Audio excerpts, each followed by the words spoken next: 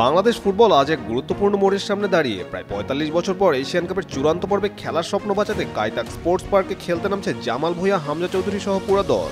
Group পর্বে ১ point নিয়ে তলানিতে থাকা বাংলাদেশ যদি আজ হংকংয়ের বিরুদ্ধে জয় পায়, তবে কিছুটা হলেও সুযোগ থাকবে বাংলাদেশের। অন্যথায় ১৯৮০ সালের পর আবারও স্বপ্নভঙ্গ হবে বাংলাদেশের। ঢাকার মাঠে হংকংয়ের কাছে ৪-৩ গোলে হারের পর সমালোচনার ঝড় উঠেছে। বিশেষ করে কোচ হাভিয়ের কাবরেরার একাদশ গঠন ও সিদ্ধান্তগুলো নিয়ে প্রশ্ন উঠছে। ৩ ম্যাচে নিয়মিত অধিনায়ক জামাল বেশিরভাগ সময় বেঞ্চে থাকলেও এখন তিনি মাঠে নামার আগ্রহ প্রকাশ করেছে। দলের প্রস্তুতি শুরু হয়েছে গত কয়েকদিন ধরেই, যেখানে কোচ কাবরেরা চাইছেন খেলোয়াড়দের মানসিকতা আরো শক্তিশালী ও লড়াকু করে তুলতে। হংকংয়ের মাঠ ও প্রায় ৪৫,০০০ দর্শকের উপস্থিতি বাংলাদেশের জন্য চ্যালেঞ্জিং। তবু এই চাপকে মোকাবেলা করে দলকে জয় তুলে আনতে হবে।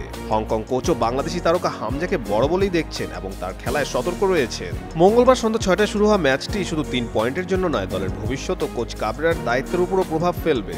বাংলাদেশের ফুটবল ভক্তরা আজকের ম্যাচে একসঙ্গে উত্তেজনা আর আশা নিয়ে বসে আছেন। দেখতে মরিয়া, শেষ হাসি কে হাসে, হংকং নাকি লড়াকু বাংলাদেশ?